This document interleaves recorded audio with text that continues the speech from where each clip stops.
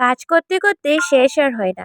এদিকে দুপুরবেলা দেখো সমস্ত শুকনা কাপড় এগুলা উঠাইলাম, তারপরে ভিজা কাপড় এগুলা যে স্নান করছে আমার লাড্ডু আর মিঠাই ওগুলাই আবার ধুইয়া দিতেছি। আর যেন যত জলদি কাজ শেষ করতে পারি মানে ততই ভালো, কাজ আটায় রাখলে ভালো। আর আমার মিঠাই কি কইতেছে একটু শুনো। ঠিক আছে, ভালো কইরো টাটা। করো হ্যাঁ, কি ভালো করো ফলো ভালো কইরো। করো ভালো করো হুম, ফলো করো বাই বাই। ফলো করো বাই বাই। আর বাচ্চা পোলাপানের মুখে খুশি দেখলে কার না ভালো লাগে কও। অত কাজ করি, এত সারাদিনে করতে করতে আর শেষ হয় না। দেখো বাইরে কইরা আইলাম, রানতে রানতে দেখো আমার মেয়েগুলা ঘর এতটাই নোংরা করছে। আর দিনে জানি না কতবার যেন ঝাড়ু মারি।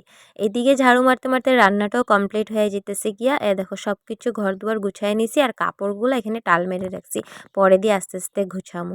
এদিকে একটু নাটকও করে নিলাম আর এই রুমটা গুছাইছি। তারপরে এই দেখো চাউলটাও শুকাই গেছে, বাইরের থেকে আনলাম। আর আজকে কি কি রান্না করছি চলো তোমার লগে শেয়ার করি।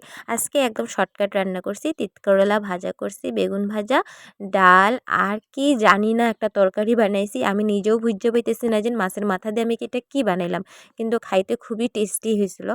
তারপরে আমার বড় মেয়ে মানে লাড্ডু মিঠাইরে একটু ভাত খাওয়াই দিতে আসলো। আর এইগুলো জিনিস দেখলে ছোটবেলার কথা মনে পড়ে যায়। আজকের লেগে এতটুকু। আমার ভিডিওটা কিরকম লাগছে